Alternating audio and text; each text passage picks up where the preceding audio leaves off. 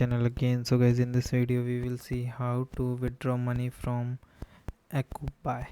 So guys, if you want to withdraw the money, so guys, for this, first of all, open the web browser and go to the Acbuy website. Okay, where you log in with your account credentials and look for the valid balance section. Okay, after that guys, simply click the option of withdrawal and cash out. Okay, then guys, here you see choose the bank account on the PayPal. So as your withdrawal method, so if selecting the bank, enter your bank name, account detail, and provide the bank routing number and account number carefully. If selecting the PayPal, enter your verified PayPal email address and ensure all the entered details are accurate and the correct. Finalizing your withdrawal request, so enter the desired amount you wish to withdraw and check any minimum and maximum withdrawal limit.